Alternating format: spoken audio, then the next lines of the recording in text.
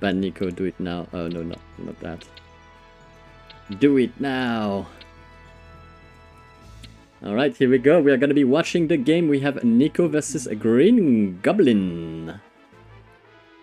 The Goblin new who's gonna be prevailing this game.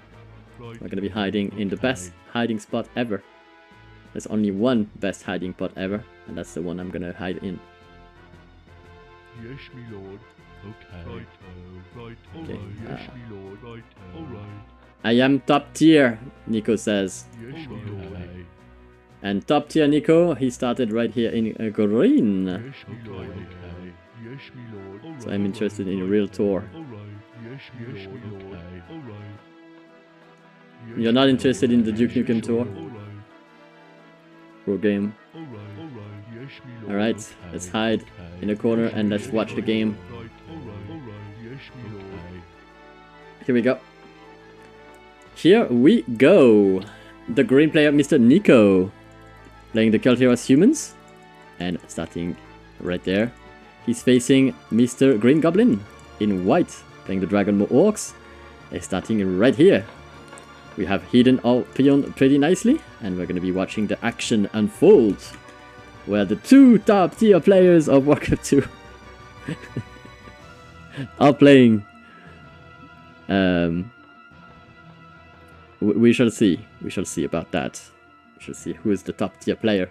Niko number 1 in our hearts, obviously. Starting with a nice opening.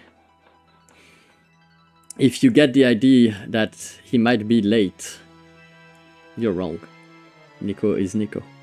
He's not late. He's Niko. That's his name, right there.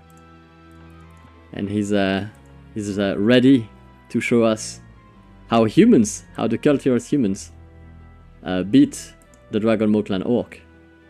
Because according to Niko, the pro player, humans is the race he needs to take if he wants to get an advantage on his opponent. That's what he believes. That's probably why he picked the human race. Because he's like, I'm gonna flex my skill at Goblin. And Goblin is gonna submit to the flex of Niko. Predictions right there, guys. Predictions.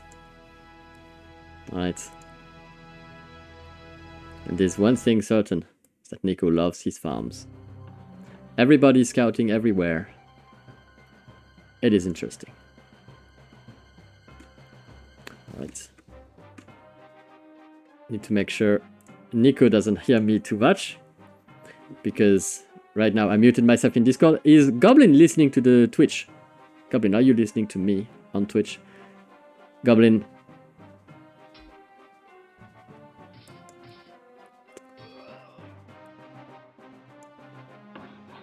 He's not listening, I think, maybe. There's one last trick I can pull on Goblin to make sure if he's listening or not. So there is a fact about the size of the reproductive male organ of Goblin.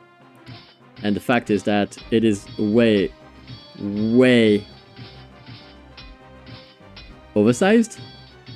No, okay, he's not listening. If he was, he would be already responding in the chat. Something.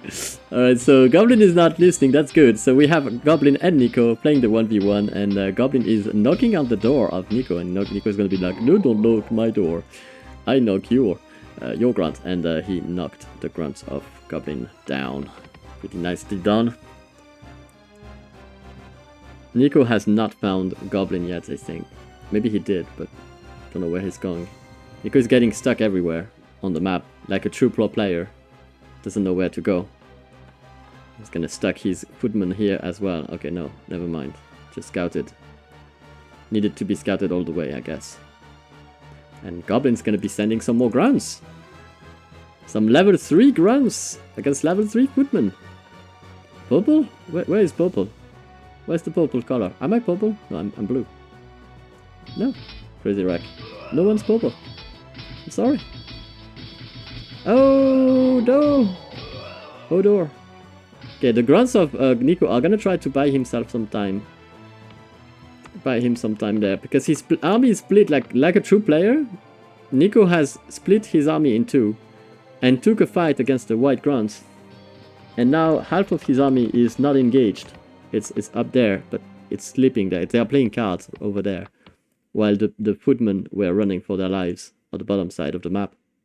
And unfortunately, apparently the footmen of Goblin went to the gym on leg day. They didn't skip leg day, so that's why they managed to catch up the grunts. The footmen, I mean, the footmen were not running as fast as the grunts. And that's probably because, besides the fact that humans are less muscular than orcs, on average, they are wearing a way more armor. So that's probably very accurate, that they are running a tiny bit, like they have, I mean, maybe they are running as fast as grunts, but they probably don't have the endurance. That's what's missing right there.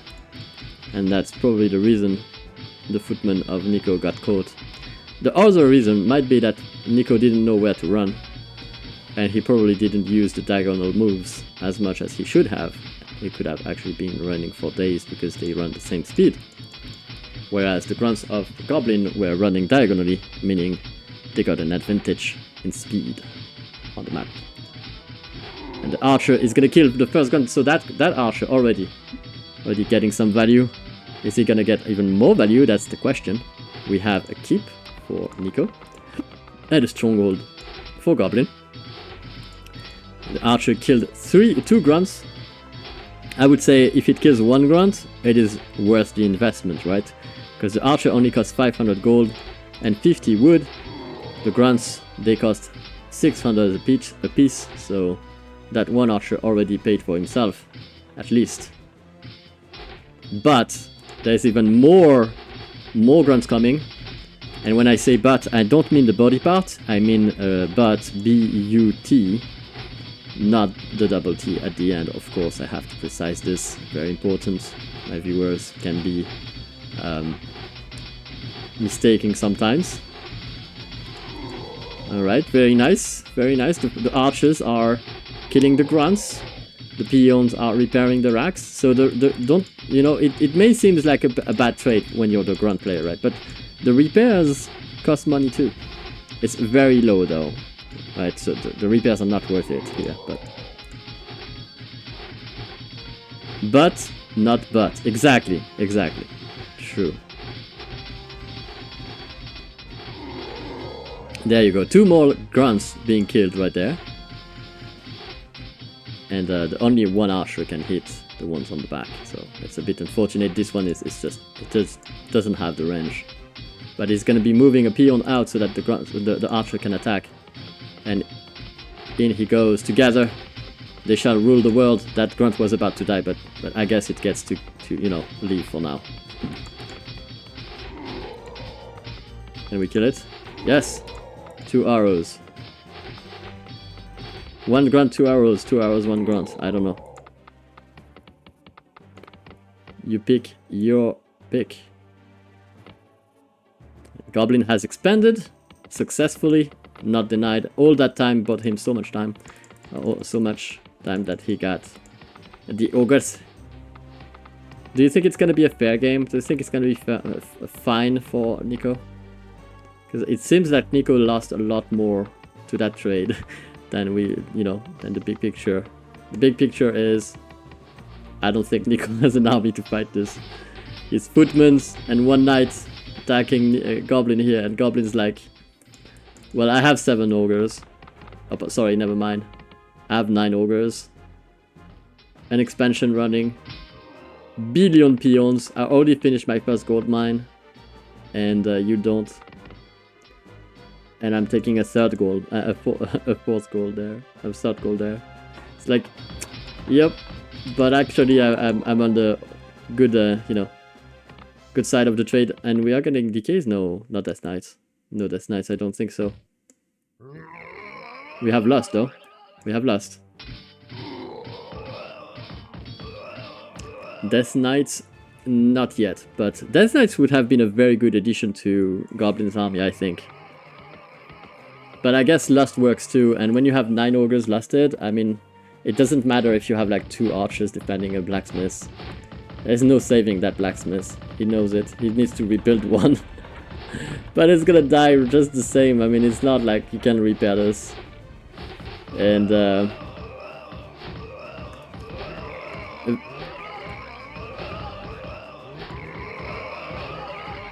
yeah, like a true pro player, Niko forgot to pick the orcs, but it's fine. He's number one on GOG. He's number one humans. That's what it is. Obviously lost, the only difference here. Not the amount of peons that both players had, because that was pretty close. Close match right there. It was rough passing.